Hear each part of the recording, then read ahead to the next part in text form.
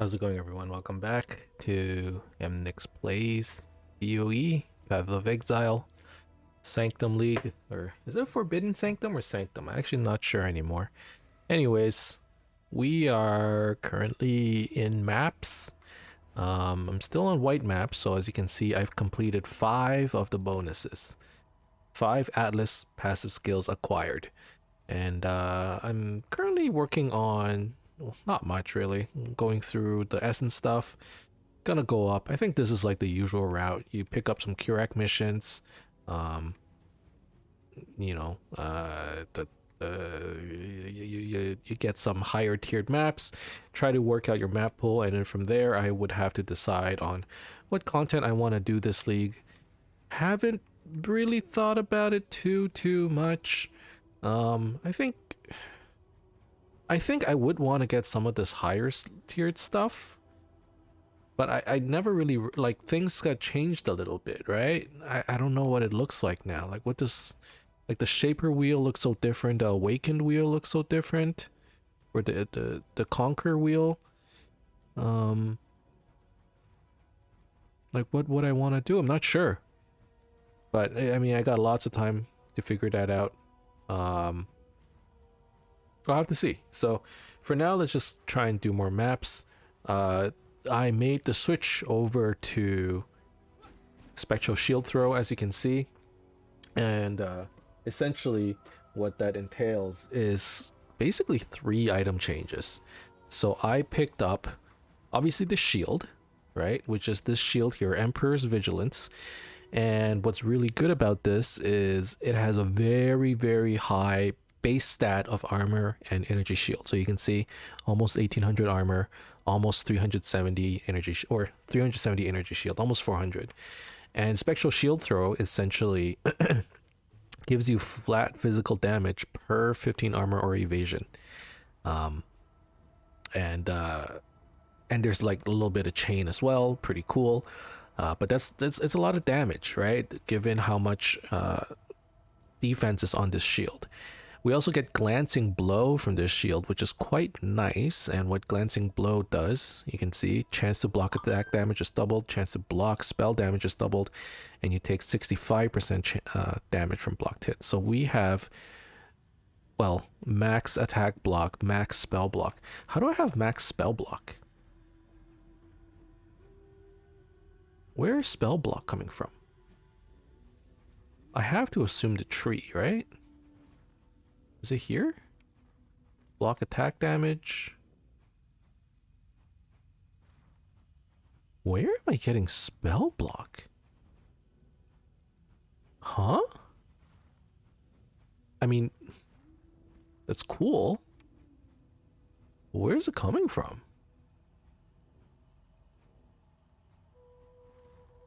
The shield? Shield has 17% chance to block spell damage.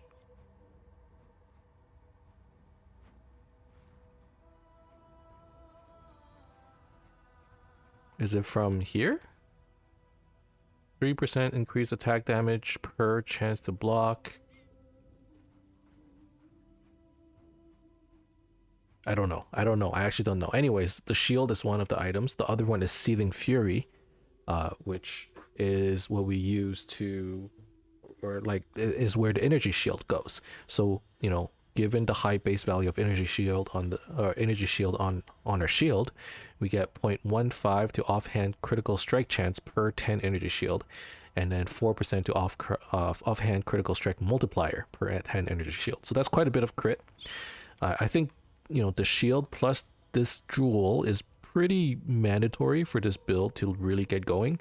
And I also got this shield mastery, which gives us a little bit more crit strike multi per 10 maximum energy shield, so a little bit more damage. So basically we have 5% to crit multi per 10 energy shield. We have around, what was it, 370, so 37 times 5, that's a lot of crit multi, right? So if you look at the skill itself, we are doing the 79k DPS. Crit multi is 415%. Crit strike chance is 82%. So things are looking really good. And as a result, I ended up dropping, is it here? I dropped Assassin's Mark and I switched to Sniper's Mark because we don't need that extra crit chance anymore. We're pretty much maxed out. 82, it's pretty close. It doesn't need to be 100%. Plus, I also have increased critical strike support on here. And I think that's what gives it 82%, right? Like, what happens if I drop it? It becomes 57. So this does add a good amount of critical strike chance. But yeah, that's basically the build. I picked up a Goblin Edge while I was just playing the other day. It gives attack speed if you haven't gained Frenzy Charge recently, critical strike chance if you haven't gained Power Charge recently, and then we get some life on Culling Strike. So a little bit more. We already have quite a bit, by the way, on kill, but just a little bit more gain on kill. Our old weapon wasn't doing anything anyways. Everything else is pretty much the same. I'm still like flabbergasted that I have max spell block. Why do I have maximum spell block? Chance to block, yeah, I'm maxed out. I don't get it. Where is it coming from? Well, anyways, as a result, I'm supposed to be pretty tanky. I don't feel that tanky. I still get killed randomly a lot. But I can actually refund this right now. And then put it towards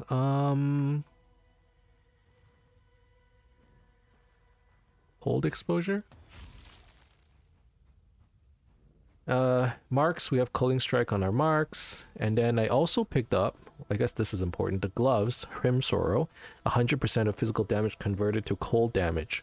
So everything we do is cold damage with this attack. So as you can see, we're doing 8,800 to 12,000 offhand cold damage, quite a bit, and then all of that obviously gets converted into 79k DPS.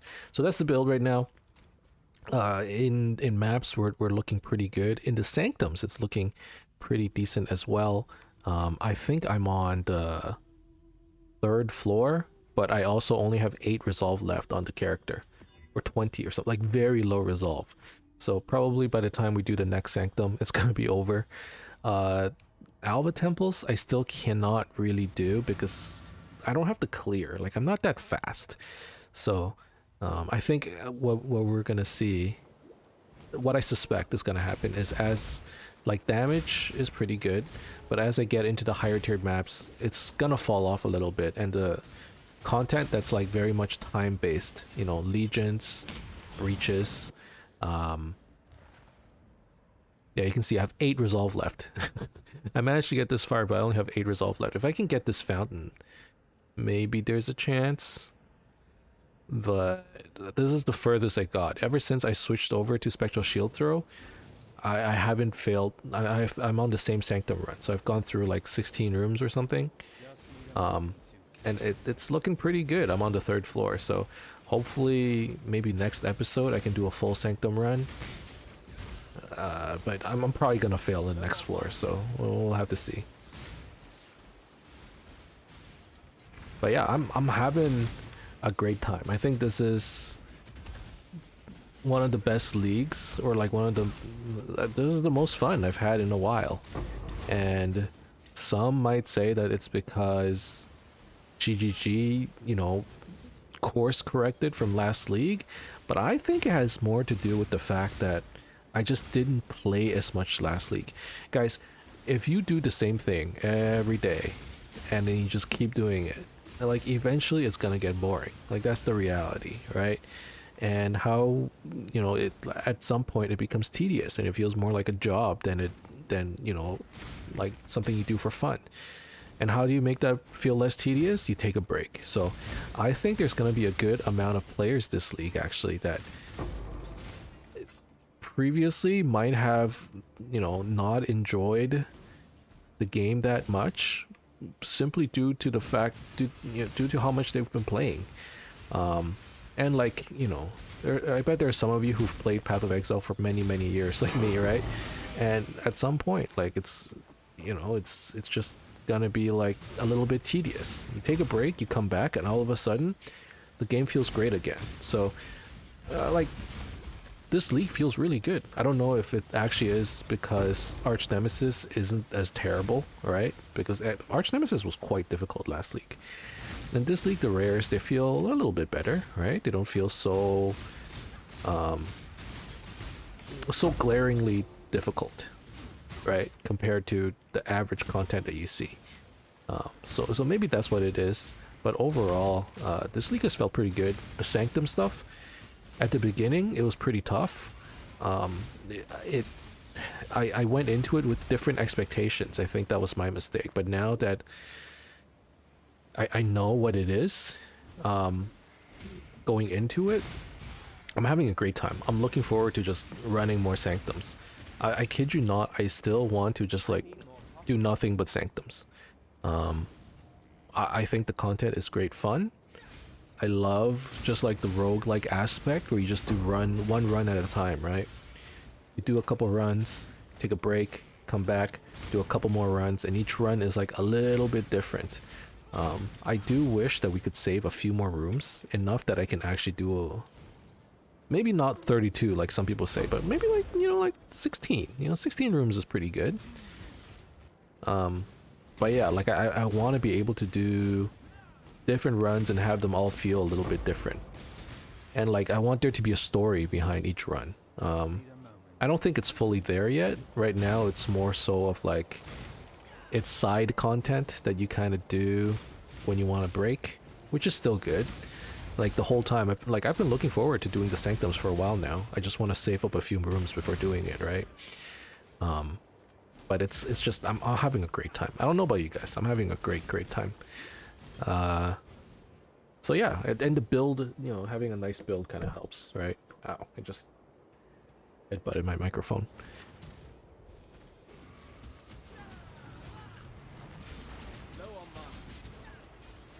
But yeah, like the build itself, you know, it's going pretty well. I think the next goal, obviously, is to get a 6-link. We're currently sitting on a 4-link, so the damage could be probably a lot more. I think if I get to a 6-link, the DPS numbers would probably double. It probably would, right? I think so. So, you know, gotta get to that point. After that, I think a weapon upgrade would make sense. Right now, the weapon I'm using is it doesn't do much. You know, it gives a little bit of attack speed, it gives a bit of life gain on hit. A lot of like, who cares? Optimally, I can pick up like a Shaper sword for probably pretty cheap. In fact, that might be something I pick up before I get a 5-link, because I can probably get like a decent sword for 5 to 10 chaos. Yeah, like compared to when we were playing Frostblades, the damage has gone up like... Has it doubled? It might have even tripled. The damage has gone up a lot. And it's not so much that... Oh, this is a pretty decent jewel. Hold on. Life, critical strike, multi-critical strike chance, reduced effect of shock. Let's try to vault this thing. Hopefully it doesn't break. Oh, it bricked. Oh man, okay. Well, what was I saying? That kind of sucked. Oh, it's not that Spectral Shield Throw is so much of a better build compared to... Oh crap. Compared to Spectral Shield Throw, it's more that... Well, for one, I guess our items are a little bit more synergistic. But more importantly, it kind of shows the power of trade in this game, right? Like if I just had gone and equipped a shield or crafted a shield and self-crafted it, my damage would not have gone up by this much. It's the fact that I got this shield, I bought it. Like I wouldn't have found this upgrade for a while, I think. You know, that in conjunction with Seething Fury, you know, the build is decently optimized for this point of the game. Plus, I was able to basically give myself a bit of a steroid with buying like these new items, right? And like that's one of the things that I know GGG is wary of, and that I kind of recognize, which is like the moment I start buying my items, like there's gonna be a big upgrade to your character. So you know, if you find that, and by buying I mean trading, right? Like trading with other people, not RMT. I recognize that trading is a big boost in power. Um, and you know, I'm wary of that, right? So like I'm probably not. This is my end game shield. I'm probably not getting another shield ever. This is my best in slot. Um, unless I craft something insane. It has to be absolutely insane. You know, there are certain unique items that sort of they're build defining, and this is one of those. So it's not that and what I'm trying to say is it's not that Frostblades is like a much more inferior skill compared to Spectral Shield Throw. In fact, I'd say Frostblades is probably a better skill if you had the right items, right? But you know, I just got the appropriate items for the skill. And plus my items were so bad because I was just doing solo, basically solo self found, until I got into maps and bought, you know, the one or two key items I needed, and all of a sudden my DPS has jumped up. And I think a lot of the end game is gonna revolve around. There's gonna be some crafting, but a lot of it is like I can do like tiny little pickups, tiny purchases of like 10 chaos, 15 chaos, and it's gonna be a big improvement to my DPS. So just keep in mind that's probably, you know, what I'm gonna be doing for a while. I could craft it myself. I might. Depends on what exactly I need. I think the early game stuff, the really cheap stuff, I might just buy myself or craft myself. But like I bet I can find my own 6 link and I'll just craft it. I'm not gonna buy a 6 link. But the sword, like a shaper sword, I'm probably gonna buy that just because there's probably so many of them out there. Otherwise, I would probably have to wait until I get into red maps and find shaper stuff and then roll a sword. Like who knows when that'll be. So and it's probably super cheap too, and it would boost my damage probably by 10-20%. So I'm just thinking about like the purchases that I need to make, you know, the gear upgrades I need.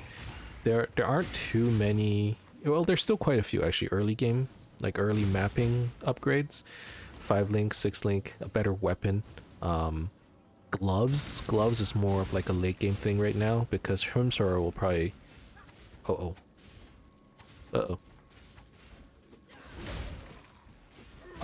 My Steam Deck has frozen, so my controller is not there anymore. Hello? Oh no.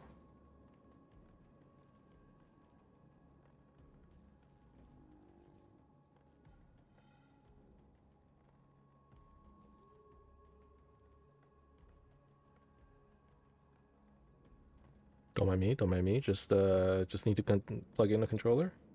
Okay, we're good. We're good. Wow, that was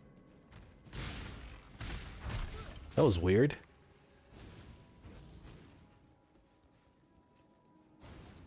So yeah, I'm still playing using my Steam Deck. I've gotten so used to it. I can't not use it anymore actually.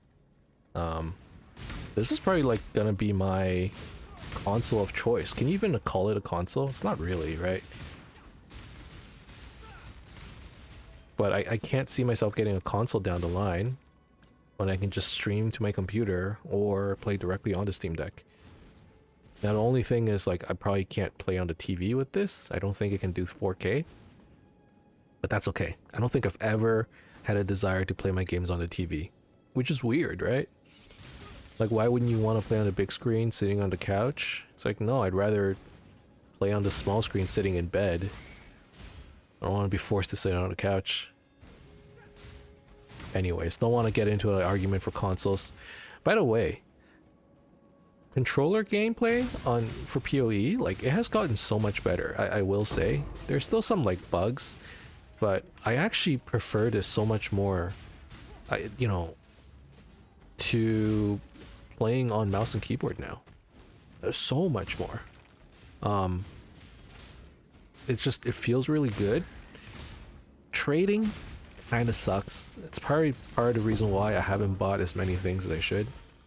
You know, I haven't participated in trade very much. I haven't sold many items.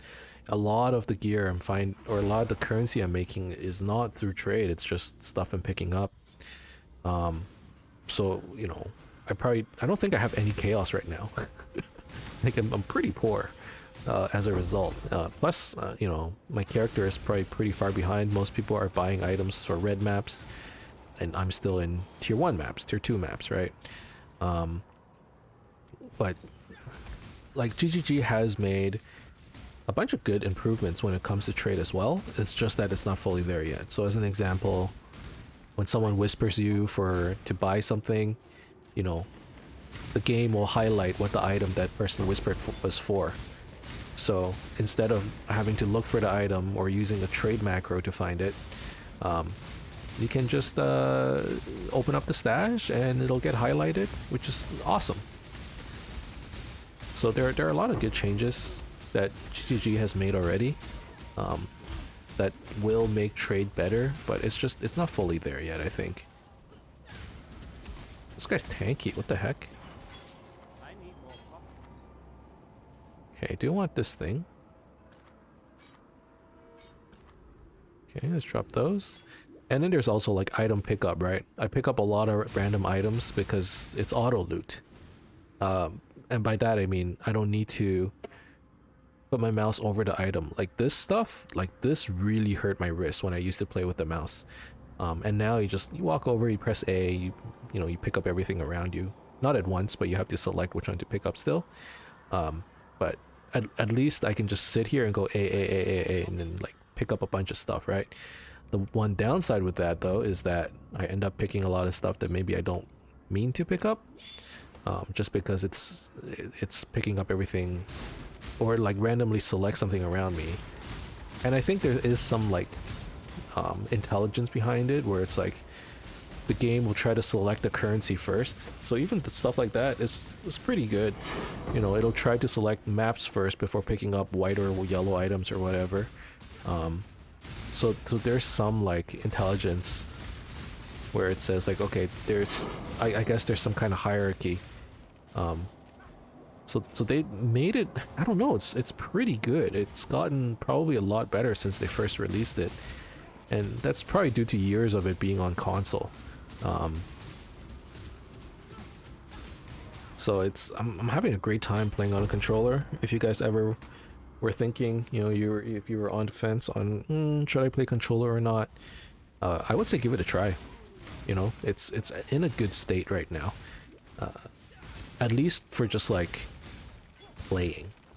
You know, if you want to be more involved in the game, you want to play super fast, you want to go into the end game, you want to do like a whole lot of crafting, click, click, click, click, click, click, click. That part is still a little bit finicky, I would say. There are certain parts, I think, in the late game where it's a little bit, is the word finicky? Like there's still a little bit of complexity behind it that they would need to figure out, and a lot of it is like, how do you simplify the interface, given that the game is like so complicated? There's so many things you need to do, right? But you know, they've made good progress so far, and I'm kind of excited to see where it goes. I think it's good enough where you could probably use it to play the game at like a very comfortable pace. And you know what, for me it helps because my wrists were just hurting so much using mouse and keyboard playing this game. You know, it was one of the factors where it's like, okay, I don't think I can play anymore. You know, my wrists, like I used to say all the time, okay guys, stretch your wrists, you gotta stretch your wrists, because you know, playing on mouse and keyboard just really hurt it. Oh my god, there's two of you?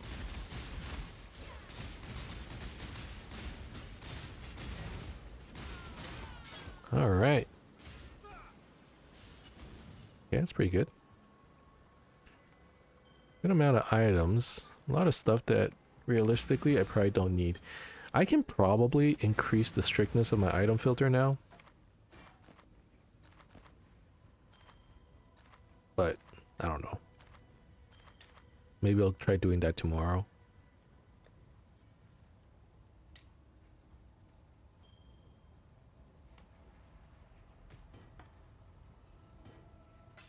But even things like folder affinities have made console play a lot better, I think.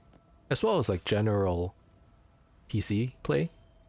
You know, being able to just automatically deposit everything and it goes into the appropriate folder. or appropriate stash tab, that's like a great quality of life, right? Okay, so we're gonna go this way. But yeah, I've gotten very much used to the interface of the game now, and I can do things a lot quicker than before. Like rolling a map, for example, is a bit of a pain in the butt on controller. Searching for things, like using a filter, bit of a pain. Like if you want to filter items, you know, you gotta. Well, if you have mouse and keyboard, it's fine. But if you want to use your controller, it's not that fun. So stuff like that is annoying still. But I don't think you could ever really fix that part. Anything that requires like chatting, you know, using your keyboard, still it needs some work. So, but it's definitely playable, like very much so. Okay, I think I can run one more map. What am I on? Tier 3, tier 2s? Okay. You know what? Okay, yeah, let's do this.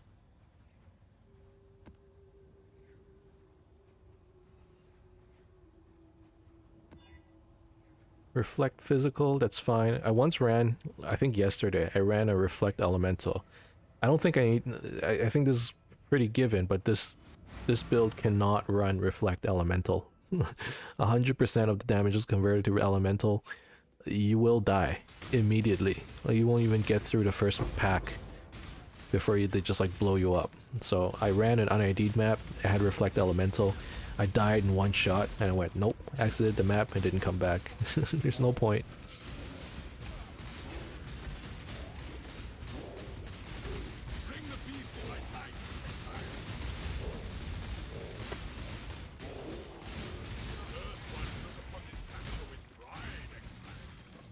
Okay.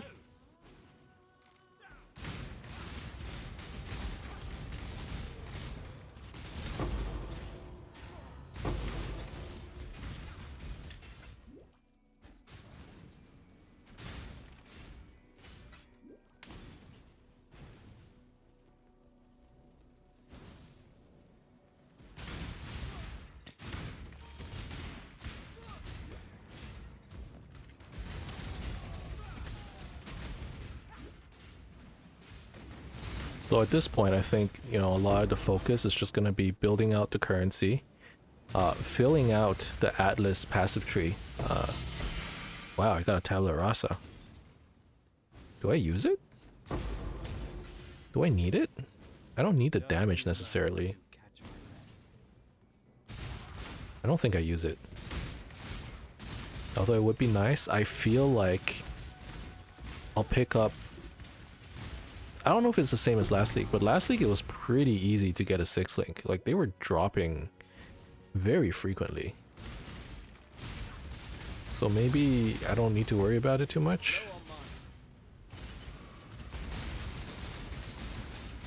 So maybe I won't switch to a Tabula just yet. But if this were like earlier in the game, a Tabula would be very nice.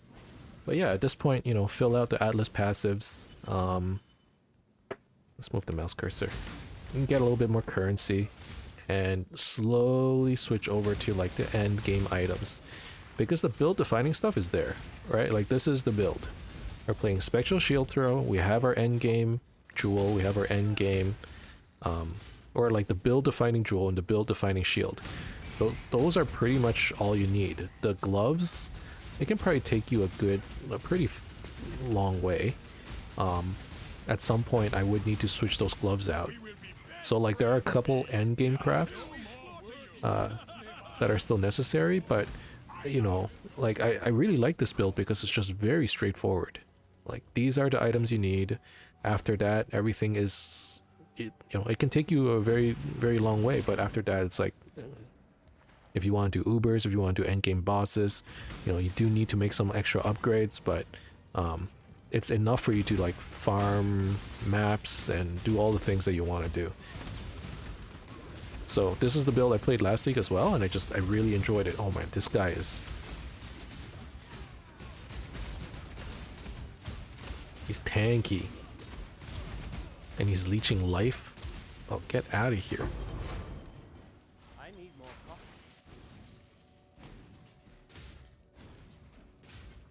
And I really like playing this as a trickster. I think was it last league or maybe during Mayhem? I don't remember when, but I tried playing this as a raider, and it works just fine as well. You stack a lot more of the frenzy charge stuff. You know, you're a lot faster because why were you faster?